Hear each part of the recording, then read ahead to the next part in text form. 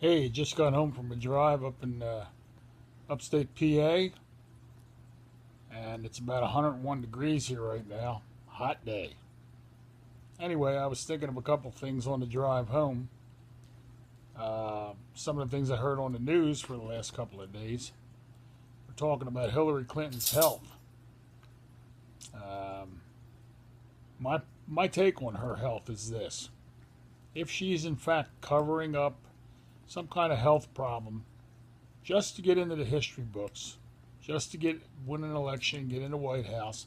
Let's say after she's in 2 or 3 months later, she has some massive stroke or whatever's maybe wrong with her, and the next president will be Tim Kaine.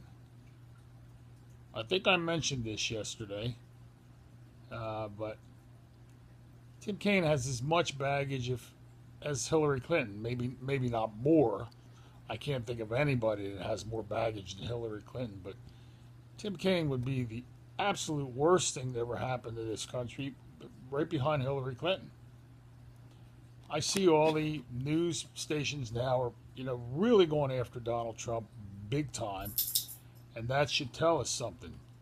I think Trump is winning in the polls. I think Trump is winning in the real polls. I think Trump is winning with the people.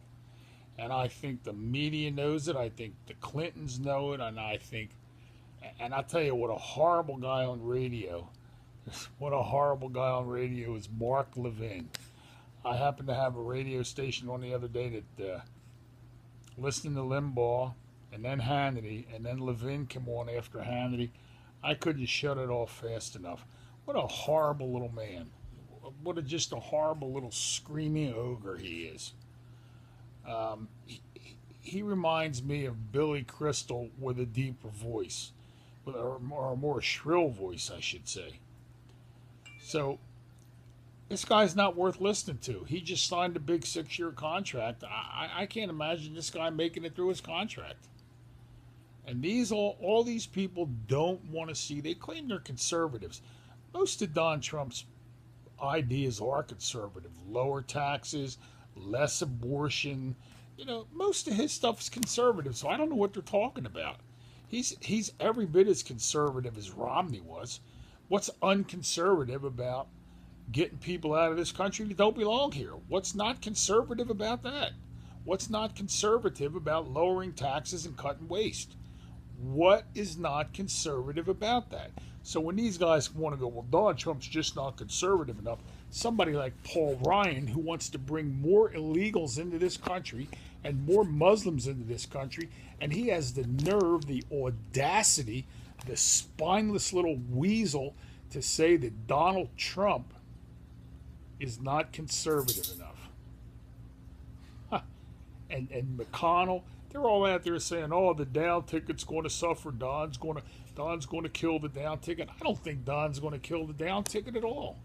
I'll be honest. I think some of those people that don't deserve to be elected again, some of them who don't deserve to be elected again, who should never get elected again, for they've done absolutely nothing but collect a paycheck, like Mitch McConnell, John McCain.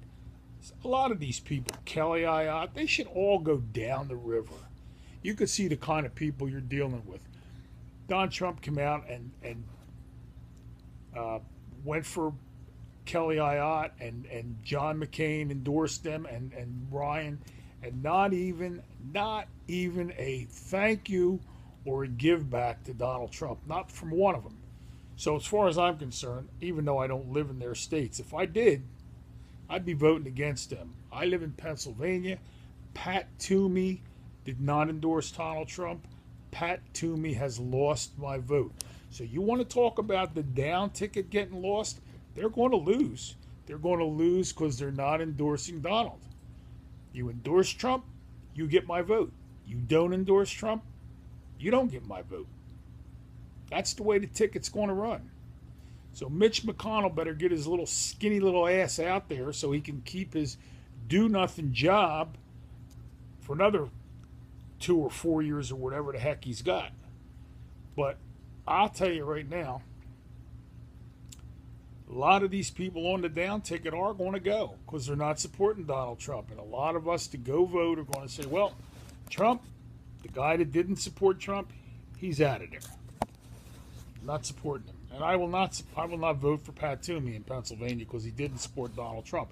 And Pat Toomey had a big lead. And you know what now? Pat Toomey's tie neck and neck with McGuinty. I'm not really sold on McGuinty either, and I'm not saying I'll vote for her.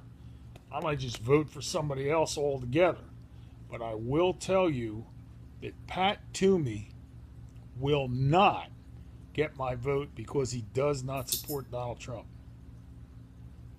I got my grandchildren to get back to now, so I'm going to let you go with this one word of advice.